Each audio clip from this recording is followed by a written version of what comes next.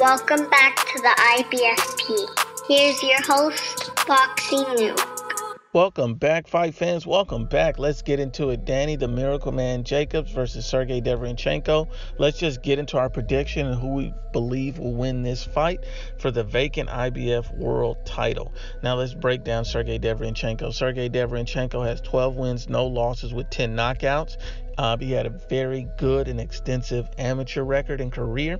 He's 5'9" with a 67.5-inch wingspan and reach, basically. Now, he's an orthodox fighter. He's 32 years old, and his nickname is the Technician. Now, I will say this. Sergiy Derevyanchenko is a very good fighter. If you go on YouTube, watch some of his clips, he's a very good fighter. He looks very well. He has strong hands. He has pop in both hands.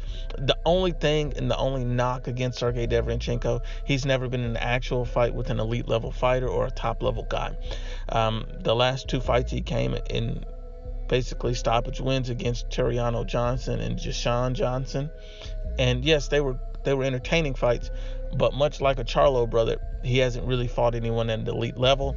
So right now, he does show great potential, great skill, but we don't know how good or bad Sergiy Derevyanchenko is at this point. Maybe Sergiy Derevyanchenko's one of the top guys in the division.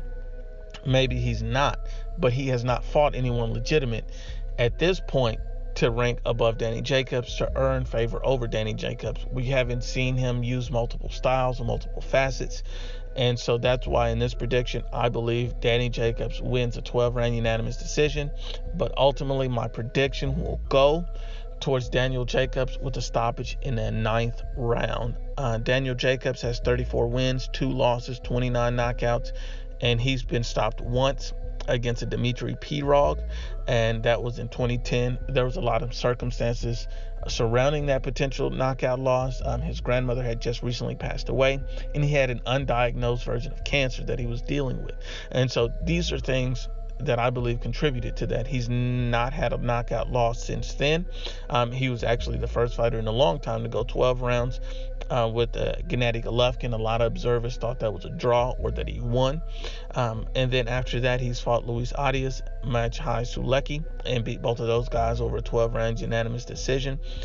Danny Jacobs has a 73-inch reach, and he's about 6 feet tall. He's an orthodox fighter, and he's 31.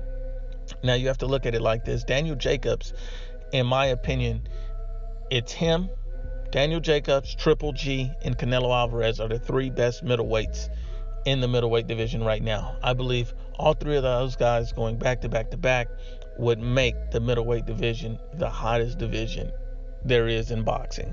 I think Daniel Jacobs in the Canelo Alvarez fight next May is what's rumored. I think that would be a huge fight. I think that'll be a fantastic fight, and I don't think Daniel Jacobs is going to let that go. I think Daniel Jacobs is going to want to get this victory. He's going to want to be cautious early, but he's also want to get the victory in the bag. You got to remember that Daniel Jacobs and Sergiy Derevyanchenko used to be sparring partners. They know each other very well. There's tons of their sparring clips on YouTube, and so you guys can go look that up.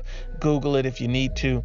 These guys know each other in and out, but at the same time, we know a few things about Daniel Jacobs that we just don't know about Sergiy Derevyanchenko. We know Daniel Jacobs can take a punch because he stood and went 12 rounds with the hard-hitting Triple G. We know that Daniel Jacobs can fight elite and top-level competition because he fought Triple G, because he fought these top guys. Daniel Jacobs has been around the block.